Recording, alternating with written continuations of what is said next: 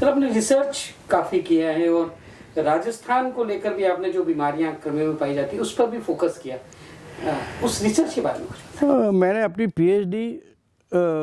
Chilli मिर्ची पे की थी और एक कृमि होता है मेलोडोगाइन इनकोग्निटा, जैसे हमारे मनुष्य के अंदर बालानारू डिजीज़ होती है, एस्केरिस होते हैं जो कि मनुष्य के अंदर नुकसान पहुंचाते हैं, इसी तरह के कुछ ऐसे कृमि होते हैं जो कि पौधों की जड़ों में लगते हैं और वहाँ गांठें उत्पन्न कर देते हैं और उसकी वजह से पौधों के अंदर फूल गिर जाते हैं, फल कम लगते हैं और बहुत ज़्यादा करोड़ों रुपए का नुकसान किसानों को होता है। इस बीमारी के अंदर ख़ास बात यह है कि ये जड़ों में लगती है, इसकी वजह से किसान को बाहर से पता भी नहीं लगता है कि किस वजह से ऐसा हो रहा है। और इन सब की वजह से अभी भी राजस्थान के अंदर, मूलतः मैं बताऊं कि जयपुर के आसपास के क्षेत्र में और कई जगह ये कृमि अभी भी बहुत ज़्यादा फैला हुआ है। और एक और बीमारी होती है मोलिया डिजीज़, जो कि गेहूं के अंदर होती है, बाजरे के अंदर होती है, उससे भी हमारे यहाँ लाखों करोड़ों रुपये का नुकसान प्रतिवर्ष होता है।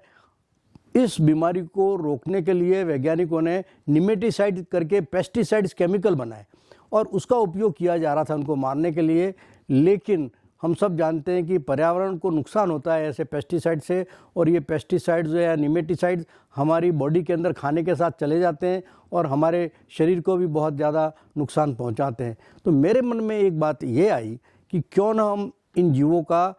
जैविक नियंत्रण करें। एक जीव दूसरे जीव को जब भक्षण करता है तो वो उसको समाप्त कर देता है, जो कि नुकसानदायक है। और इस तरह से हमने एक नई तकनीक का उपयोग करके इस तरह की कुछ कवक निकाली जो कि इस तरह के निमेटोड का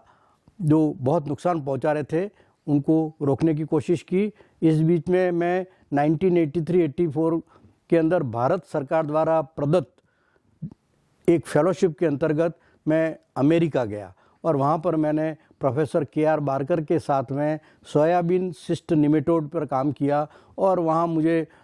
अच्छे उपकरणों पर काम करने का मौका मिला और बहुत अच्छी ट्रेनिंग मिली, जिस ट्रेनिंग का फ़ायदा मैंने वापस आकर के किया। और मैंने यहाँ करीब 21 मेजर प्रोजेक्ट निमेटोड सब्जेक्ट्स पर ICAR, DST, DBT, UGC, CSIR से प्राप्त किए और 44 छात्रों को PhD कराया और 6 छात्रों को पोस्ट डॉक्टरल कार्य कराया। और इस तरह से राजस्थान विश्वविद्यालय के बॉटनी विभाग का नाम निमेटोलॉजी फील्ड के अंदर विश्व स्तर पर हो गया।